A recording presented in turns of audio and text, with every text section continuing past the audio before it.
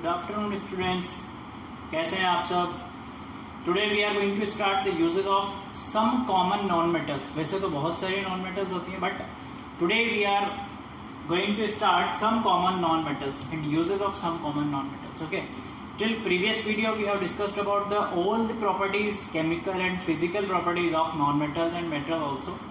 यहाँ तक हमारा पूरा पार्ट कंप्लीट हो चुका है। नाउ एक पार्ट बचता है सिर्फ यूजेस, किसके, नॉन मेटल्स के, जो आज हम आपके लिए लिखे हैं। वन बाय वन हमने एक एक नॉन मेटल्स लिखी है बेटा, कि अगर आप कार्बन, सबसे पहले सबसे ज़्यादा यूज आने वाली इंपॉर्टेंट नॉन मेटल्स होती है आपकी ऑक्सीजन।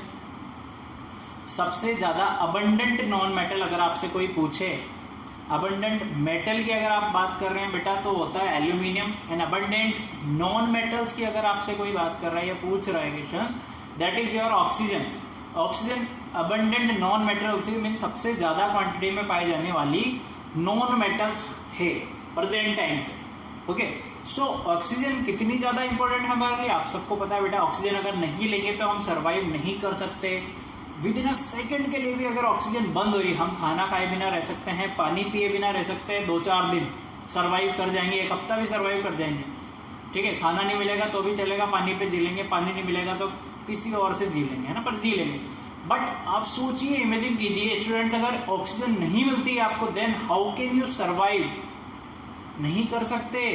तो ऑक्सीजन क्या है, बहुत ज़्यादा इंपॉर्टेंट है, रेस्पिरेशन के लिए भी इंपॉर्टेंट है, कंबशन में तो करती है अपना काम जो करती, जितने भी कंबशन होती है, जैसे burning of coal, paper, petrol, diesel और नेचुरल गैस, जो भी बर्न होता है सब किसकी प्रेजेंस में होता है, ऑक्सीजन की प्रेजेंस में। तो oxygen is very much important. Second thing है कार्बन। क्यों इंपॉर्टेंट है, क्योंकि जितने भी ऑर्गेनिक कंपाउंड आप पढ़ते हैं नेचर में, या अपनी बॉडी की ही अगर हम बात कर लें, तो जितनी भी केमिकल रिएक्शंस होती हैं सब कार्बोनिक रिएक्शन होती है या ऑर्गेनिक कंपाउंड्स के बीच में होती हैं।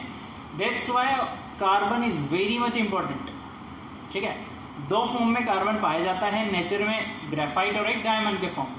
दोनों के यूजेस हमने देखे हैं। इसके अलावा हमारी बॉडी में भी कार्बन, कार्बोहाइड्रेट्स अपन को मिलता है, प्रोटीन्स आपको मिलता है, फैट्स वगैरह जो होता है, जितना भी सब कुछ होता है सब कार्बन कंपाउंड्स होते हैं। ठीक है, हाइड्रोजन है ही सही इंपॉर्टेंट, वाटर में काम आता है, वाटर बनाने के लिए काम आता है। इवन अगर मैं बात करूँ स्टूडेंट्स की, वाटर की 1 ड्रॉप कितने टाइम से बनती है, हमने लेबोरेटरी में 24 आवर्स में 1 ड्रॉप ऑफ वाटर जनरेट होती है स्टूडेंट, जब ऑक्सीजन एंड हाइड्रोजन के बीच में रिएक्शन कराई जाती है। एक specific condition of temperature and pressure रख के जब आप रिएक्ट कराते हैं, तब जाके एक वाटर का मॉलिक्यूल्स मिलता है आपको। 1 drop of water generate in 24 hours. Okay, so कुछ मेटल्स, कुछ नॉन मेटल्स हैं जो बहुत ज़्यादा इंपॉर्टेंट थी, जो मैंने आपको बता दी, एंड वही हमने यहाँ पर भी लिखी है। हमने पूरी कंसिडर नहीं की है, यहाँ पर कुछ नॉन मेटल्स हमने लिए। फर्स्ट हमने यहाँ पर लिया, देखो नंबर में दे देता हूँ बेटा, first, second, third, fourth, fifth, sixth, 7, 8 non metal हमने यहाँ पर कंसिडर किए। ओके, तो first if I am talking about the carbon found in 2 states, first one is graphite and second one is diamond, या डायमंड एंड ग्रेफाइट भी कह सकते हैं। अब देखिए डायमंड कैसा होता है, in the form of diamond it is used for making jewellery. Jewellery आपने देखी होगी, डायमंड की बनती है ना बेटा, ज्वेलरी जो आप यूज़ करते हैं अभी, है ना, डायमंड की बनती है। रिंग्स वगैरह हो गई, वो डायमंड की बनती है। For cutting and grinding equipments, cutting and grinding equipments के लिए भी डायमंड यूज़ किया जाता है। क्यों, क्योंकि diamond is a hard material और हार्ड सब्सटेंस। तो आपने सुना होगा एक स्लोगन बेटा, कि लोहा ही लोहे को काटता है। तो जितने भी हार्ड मटेरियल्स होते हैं उसको कटिंग के लिए इक्विपमेंट्स की डायमंड का यूज़ किया जाता है। Is that clear. सेकेंड है आपका graphite, in the form of carbon की फॉर्म पढ़ रहे हैं अपन, ध्यान रखना, allotropic form of carbon. First one is diamond, second one is graphite. First हमने देखा डायमंड, सेकंड हम देखेंगे ग्रेफाइट क्या यूज होता है। ठीक है, it is used for making black lead pencils. जो पेंसिल्स आपके पास होती हैं लेड पेंसिल्स, वो ग्रेफाइट की बनी होती है बेटा। एंड हाई टेम्परेचर क्रूसिबल्स जो होते हैं वो भी ग्रेफाइट के ही बने होते हैं। Is that clear.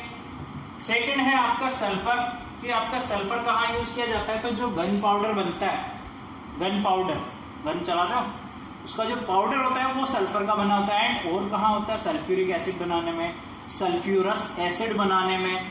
और रबर का जब वोल्केनाइजेशन किया जाता है, जब रबर फॉर्म किया जाता है लेटेक्स से, तब भी सल्फर का बहुत ज़्यादा यूज़ किया जाता है। ठीक है, तो वहाँ पर सल्फर यूज़ किया जाता है।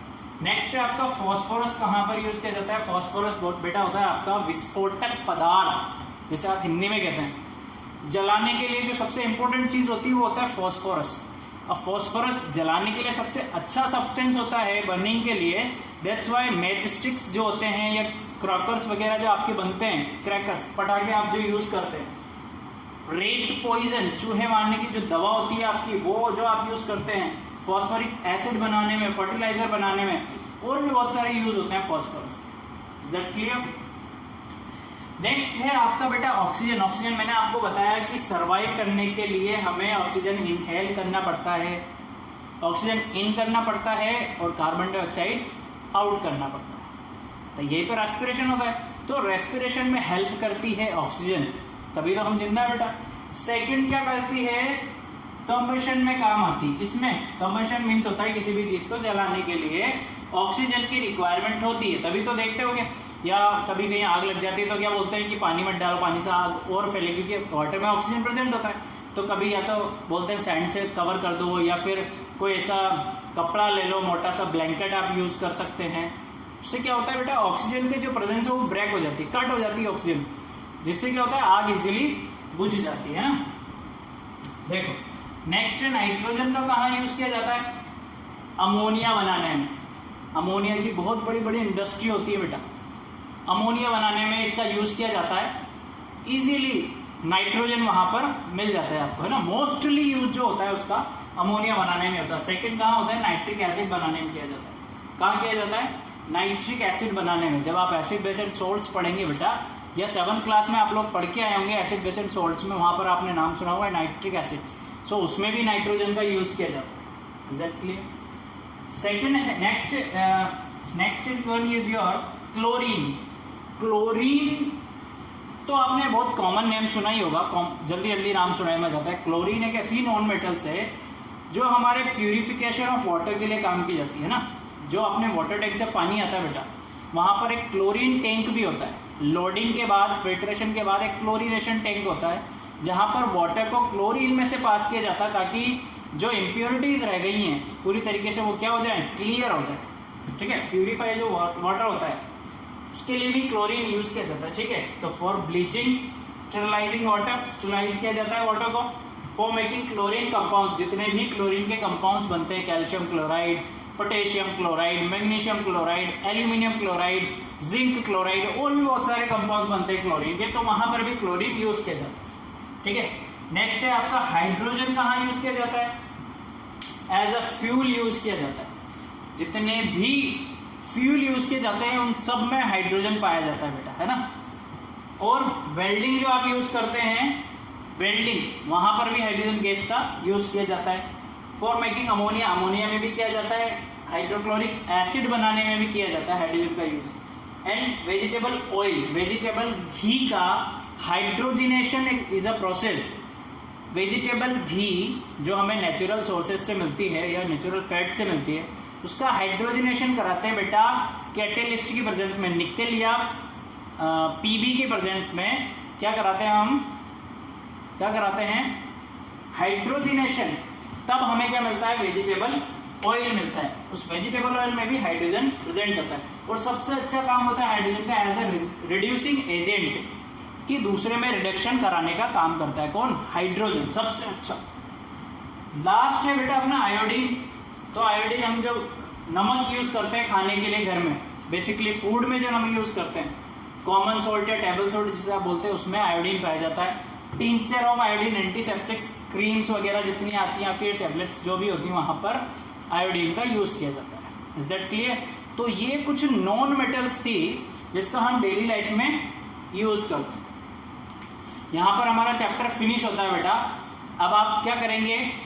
अच्छे से नोट डाउन कीजिए और प्रॉपर नोट्स बनाइए। ठीक है, स्क्रीनशॉट ले लीजिए एक बार इसका, स्क्रीनशॉट ले लो। 1 2 3 टेक ए स्क्रीनशॉट। ले लिया? चलो यहाँ पर हमारा चैप्टर बेटा कंप्लीट होता है। कोई भी डाउट हो आपको, आप कमेंट सेक्शन में पूछ सकते हो या पर्सनली मुझसे पूछ सकते हो। ठीक है, पढ़ते रहिए, मुस्कुराते रहिए और नोट्स बनाते रहिए। Thank you, good day.